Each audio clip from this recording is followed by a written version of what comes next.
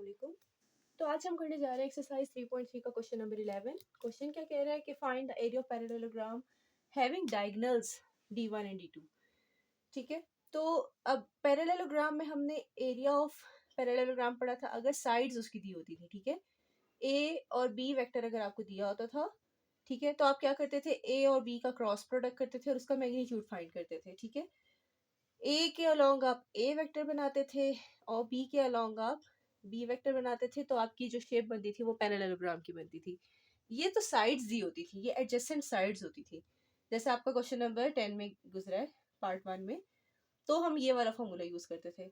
लेकिन area of diagonals कैसे find करेंगे? डायगोनल्स की मदद से। डायगोनल्स क्या होते हैं बच्चे? मतलब इसी फिगर में उन्होंने ये जो डायगोनल्स है ना, कोने से कोना मिला के जो बनते हैं, ठीक है, ये d1 आपको दिया हुआ एक, और एक और डायगोनल आपको दिया हुआ है d2। ठीक है, ये दो डायगोनल्स आपको दिए हुए और उन्होंने कहा है कि अब एरिया फाइंड करें। अब इसके लिए मैं पहले आपको फॉर्मूला बताऊंगी, बाद में हम डिस्कस करेंगे कि फॉर्मूला कैसे निकला। ठीक है, so area of parallelogram using diagonals, उसका फॉर्मूला क्या है? हाफ ऑफ d1 डायगोनल और d2 डायगोनल का क्रॉस प्रोडक्ट। मतलब इन दोनों का ही क्रॉस प्रोडक्ट ही लेना है, लेकिन उसको 2 से डिवाइड कर देना है। मैम ये वाला फॉर्मूला तो हमारा हाफ ऑफ दो वेक्टर्स का क्रॉस प्रोडक्ट, ये तो ट्राइंगल का फॉर्मूला होता था। तो याद रखें, ट्राइंगल के फॉर्मूले में भी एडजेसेंट साइड्स यूज होती थी, ए और बी का क्रॉस प्रोडक्ट। अगर साइड्स की बात की जाए तो पैरेललोग्राम का एरिया खाली इनका क्रॉस प्रोडक्ट और उसका मैग्नीट्यूड लेके आ जाता था। ठीक है, तो पैरेललोग्राम का एरिया इस फॉर्मूले से आता था, और एरिया ऑफ जो ट्राइंगल था वो इसके हाफ से आता था। फर्क क्या है दोनों में?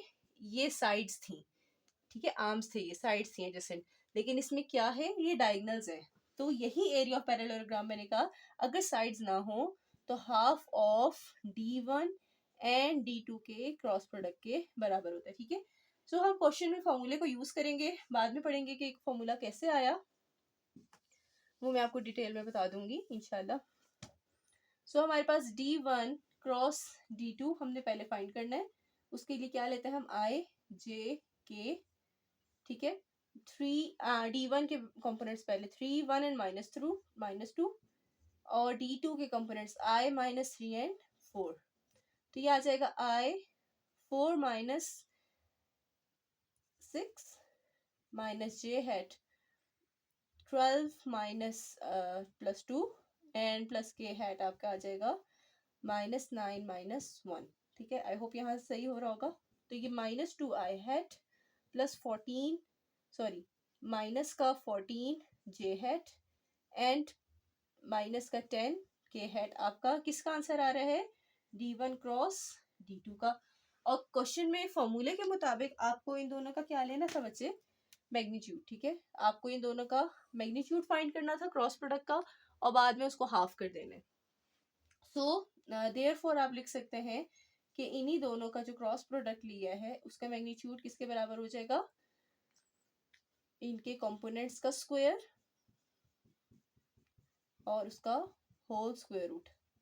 ठीक है, इसके बराबर हो जाएगा। कंपोनेंट्स का स्क्वायर लेके देख लेते हैं, ये आ जाएगा 14 स्क्वायर प्लस 4 प्लस 100, 300 आ जाएगा। ठीक है, 300 आ जाएगा and square root of answer आ जाएगा हमारा 10 स्क्वायर रूट ऑफ 3। ठीक है, ये किसका आंसर है बच्चे? d1 क्रॉस d2 वेक्टर्स का मैग्नीट्यूड। क्लियर? लेकिन हमारे फॉर्मूले में हमें क्या करना था? Area of parallelogram, area of parallelogram किसके बराबर था? इसी d1 क्रॉस d2 के हाफ के बराबर था। ठीक है, तो half of d1 cross d2 हमारा क्या आया बच्चे? 10 स्क्वायर रूट ऑफ 3। ठीक है, तो इसकी जगह वैल्यू पुट कर देंगे 10 स्क्वायर रूट ऑफ 3। ठीक है, सो ये 2 5 are 10, ये आंसर आ जाएगा आपका 5 square root of 3। So this is the final answer. Clear?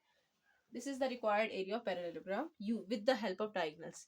अब मैं आपको बताती हूँ कि डायगोनल्स का ये फॉर्मूला हमने कैसे निकाला।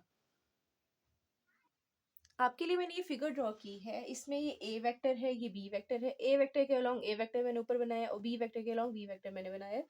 सो दिस इज अ पैरेललोग्राम और उसके डायगोनल्स मैंने डिफाइन कर दिए, एक डायगोनल इस डायरेक्शन में जा रहा है और एक डायगोनल नीचे की डायरेक्शन में आ रहा है, ठीक है। सो अब हमारे पास इसी में D1 वेक्टर का जो है ना, ये D1 वेक्टर है, ठीक है।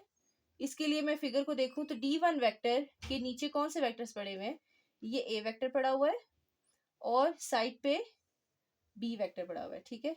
सो D1 वेक्टर के लिए मैंने इतनी सी जो फिगर है ना वो अलग करके आपको बना के दिखा दी। तो अब आप देखें D1 हमारा कौन सा वेक्टर बन रहा है, हेड टू टेल रूल याद है आपको, रिजल्टेंट वेक्टर बन रहा है। रिजल्टेंट वेक्टर के लिए आप क्या देखते थे, टेल टेल से मैच करती है और हेड जो है, हेड आपका इस तरफ जा रहा है ना, ठीक है। तो ये हेड हेड से मैच करता हो, ठीक है। तो हमारा D1 रिजल्टेंट वेक्टर है, इसका मतलब क्या है, D1 इन दोनों वेक्टर्स के प्लस के बराबर है, ठीक है।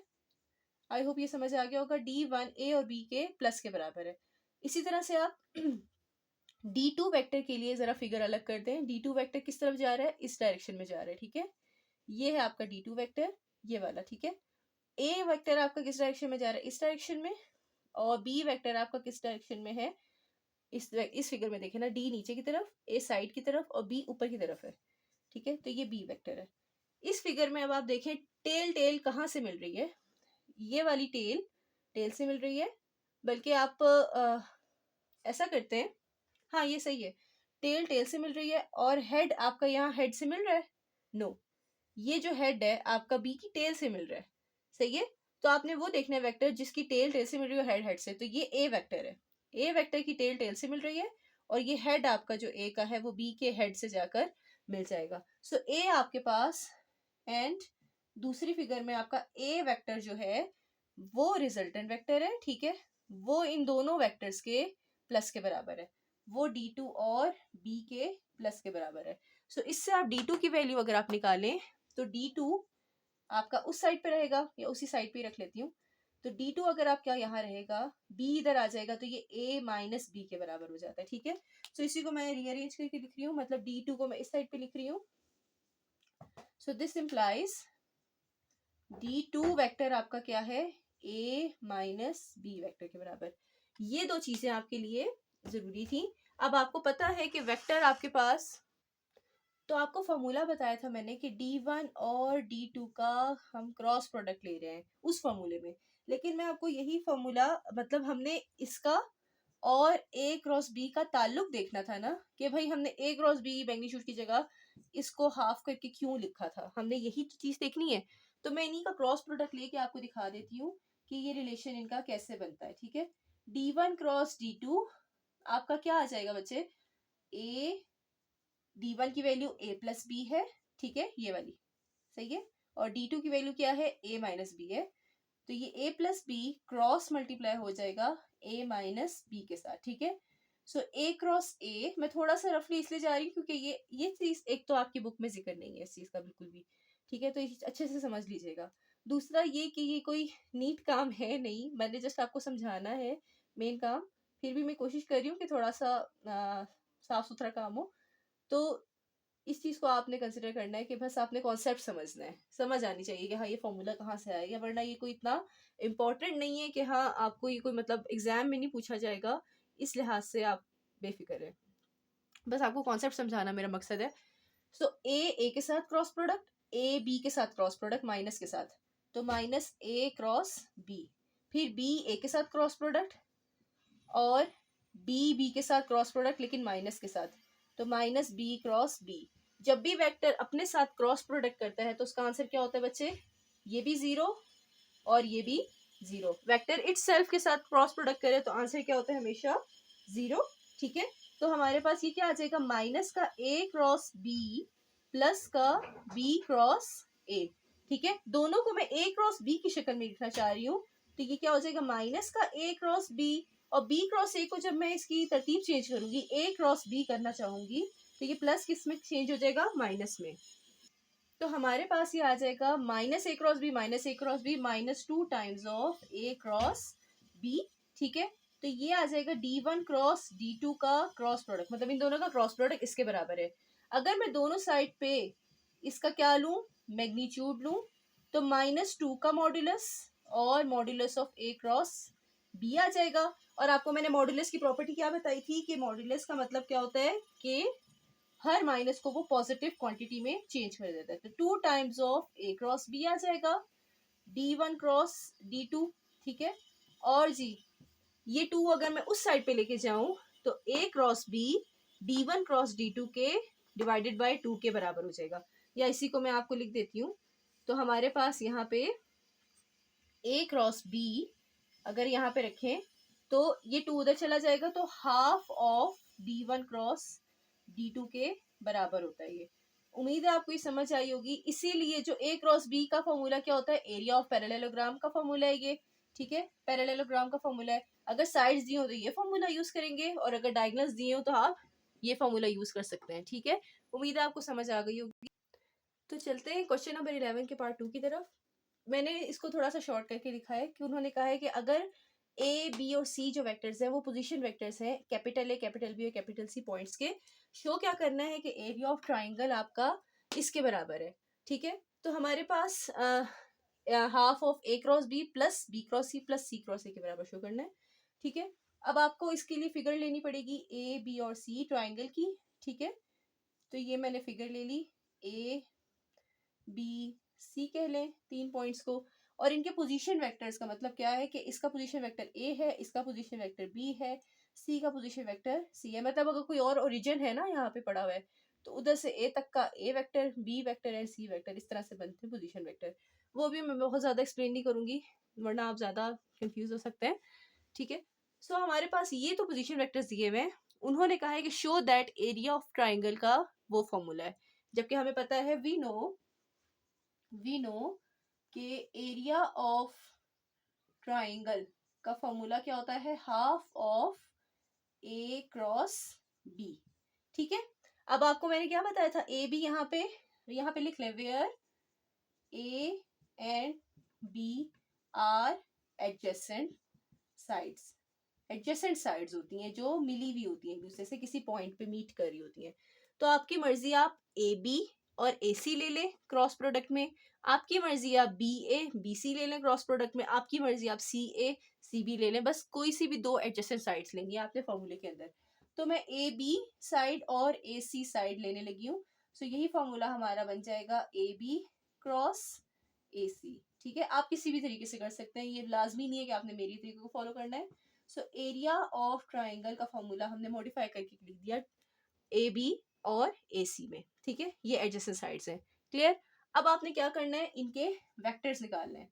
हाफ ऑफ, यहीं से मैं आपको बता देती हूँ, ए बी किसके बराबर होता है बच्चे, ओ बी माइनस ओ ए, ठीक है। अब ओ बी का ये बी का पोजीशन वेक्टर, ओ का ए का पोजीशन वेक्टर है ना, ये वो हमें क्या दिया हुआ है, बी ए आपका ए का पोजीशन वेक्टर है, बी आपका बी का पोजीशन वेक्टर है। बल्कि आप यहाँ लिख भी सकते हैं, गिवन हमारे पास है ओ ए का पोजीशन वेक्टर ओ ए होता है ना बच्चे। ओ ए आपके पास क्या है, ए, ओ बी आपके पास क्या है, बी, एंड ओ सी आपके पास क्या है, सी, ठीक है। तो ये आप लिख भी सकते हैं। मुझे ये चीज लिखना इतनी खास पसंद नहीं है तो मैं डायरेक्ट पुट करने वाली हूँ, ठीक है। सो ये हमारे पास ओ बी बी और ओ ए बी माइनस ए आ जाता है। तो ये आ जाएगा हाफ ऑफ ए बी का मतलब फाइनल में से इनिशियल माइनस, तो स्मॉल बी माइनस स्मॉल ए आ जाएगा। इसका आंसर मैंने आपको निकाल के दिखा दिया। क्रॉस ए सी इसी तरह से बच्चे ओ सी माइनस ओ ए होता है, ओ सी क्या हो जाता है, सी वेक्टर, ओ ए वेक्टर आपका ए वेक्टर, ठीक है। तो ये आ जाएगा सी माइनस ए। उम्मीद है समझ आ रही होगी, ठीक है। तो ये हाफ ऑफ मैग्नीट्यूड आपने रखना है उधर ही। ये एक्स्ट्रा चीजें जो मैंने आपको साइड पे करके सॉल्व करके दिखाई है, ये आप डायरेक्ट भी लिख सकते हैं अगर आपको आइडिया है तो, कोई नंबर नहीं कटेंगे आपके। सो ये आ जाएगा बी क्रॉस सी, बी को पहले सी के साथ मल्टीप्लाई, ठीक है। फिर बी को पहले दोनों के साथ कर ले, पहले भी सी के साथ किया, अब बी को ए के साथ करेंगे, माइनस है तो बी क्रॉस ए, माइनस का ए क्रॉस के साथ सी, ठीक है, और माइनस का ए क्रॉस माइनस का ए, तो प्लस का ए क्रॉस ए हो जाएगा, ठीक है। तो वो आप खुद भी देख लेंगे प्रोडक्ट करते हुए कैसे करते हैं। हाफ ऑफ, जहां पे सेम है बच्चे आप कहेंगे बिकॉज ए क्रॉस ए क्या होता है, 0, तो इसकी ये तो 0 हो गया, ठीक है। क्या बच गया आपके पास, बी क्रॉस सी, ठीक है, माइनस का B cross A and minus का ए क्रॉस सी, ठीक है। अब यहाँ पे आप कह सकते हैं using anti commutative property of vectors, property of vectors, vector product कह लें, वेक्टर प्रोडक्ट की एंटी कम्यूटेटिव प्रॉपर्टी को यूज करते हुए हम क्या कह सकते हैं, एंटी कम्यूटेटिव प्रॉपर्टी मतलब आपको अलग से लिखना नहीं पड़ेगा, वही वाली प्रॉपर्टी बच्चे कि ए क्रॉस बी माइनस के बी क्रॉस ए के बराबर होता है, ठीक है, ये होती है एंटी कम्यूटेटिव प्रॉपर्टी। तो अब माइनस का बी क्रॉस ए किसके बराबर होता है, ए क्रॉस बी का, इस तरह लिखना चाहते हैं इस तरह लिख ले, मैंने ये लाइन लिख ली है तो मैं इसको नहीं लिखूंगी, ठीक है, ये किसके बराबर था, ए क्रॉस बी के, ठीक है, प्लस ये प्लस में चेंज हो गया ना, माइनस का बी क्रॉस ए प्लस के ए क्रॉस बी के बराबर है, या आपको शायद आपको वो प्रॉपर्टी लिखी हुई ज्यादा पसंद आए तो मैं वैसे ही लिख लेती हूँ, तो माइनस का B cross A cross B के बराबर होता है, एंड ए क्रॉस सी अगर मैं इसको ऑपोजिट करूं, ठीक है, स्वैप करूं, तो सी क्रॉस ए के साथ माइनस के साथ बराबर होता है। तो आप देखिए माइनस का बी क्रॉस ए प्लस के ए क्रॉस बी के बराबर है, तो माइनस बी क्रॉस ए की जगह प्लस का ए क्रॉस बी, और माइनस के ए क्रॉस सी, माइनस के ए क्रॉस सी की जगह, बल्कि यहाँ माइनस है, माइनस का A cross C plus C cross A के बराबर हो जाएगा, ठीक है, तो प्लस का सी क्रॉस ए आ जाएगा, ठीक है, तो माइनस का साइन आप इसके साथ लगाएं इसके साथ लगाएं किसी के साथ लगाएं, लेकिन लगाना जरूरी है, ठीक है, और यहाँ शुरू में क्या पड़ा था, बी क्रॉस सी, ठीक है, सो आप इसको कह सकते हैं तरतीब के साथ, स्टेप ही बढ़ा रही हूँ वरना यहाँ पे प्रूफ हो गया है, आप देखिए यहाँ पे ये half of A cross B, ठीक है, plus B cross C plus C cross A का मॉड्यूलस का हाफ, ये एरिया ऑफ ट्राइंगल निकल आया है, ठीक है, और आपने प्रूफ क्या करना था बच्चे, area of triangle half of A cross B cross C and C cross A के बराबर होता है, हमने यही चीज साबित कर दी, ठीक है, सो उम्मीद है कि आपको ये चीज समझ आ गई होगी, सो ये हमने साबित करना था और यही चीज आ गई है, ठीक है, सो यहाँ पे बिकॉज करके रीजन लिख लें। उम्मीद है आपको ये लेक्चर समझ आ गया होगा, कोई भी क्वेश्चन तो जरूर पूछिएगा, अभी के लिए अल्लाह हाफिज।